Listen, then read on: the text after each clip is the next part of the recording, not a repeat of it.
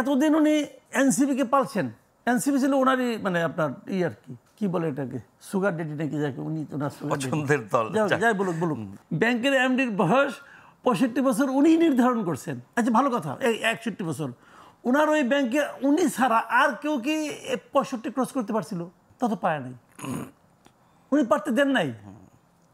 তাহলে উনি নিজের স্বার্থের জন্য আইন ভাঙতে পারেন, আইন অমান্য করতে পারেন এবং করেছেন, একাধিকবার করেছেন। এটা কোনো ব্যাপার না ওনার কাছে।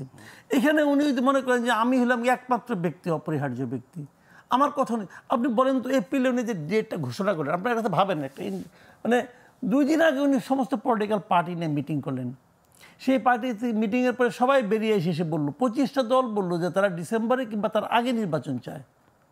3টা দল বলছে তারা ডিসেম্বরের পরে নির্বাচন চায়।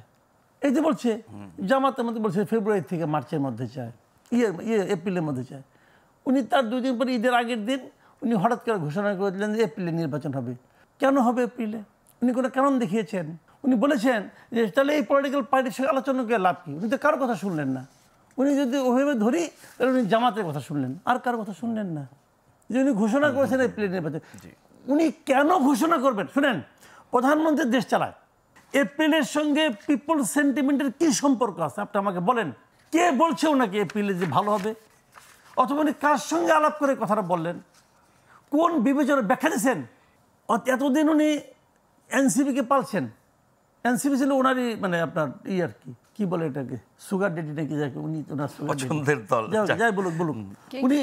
উনি তো ওনার দল, এটা উনি বলেছেন।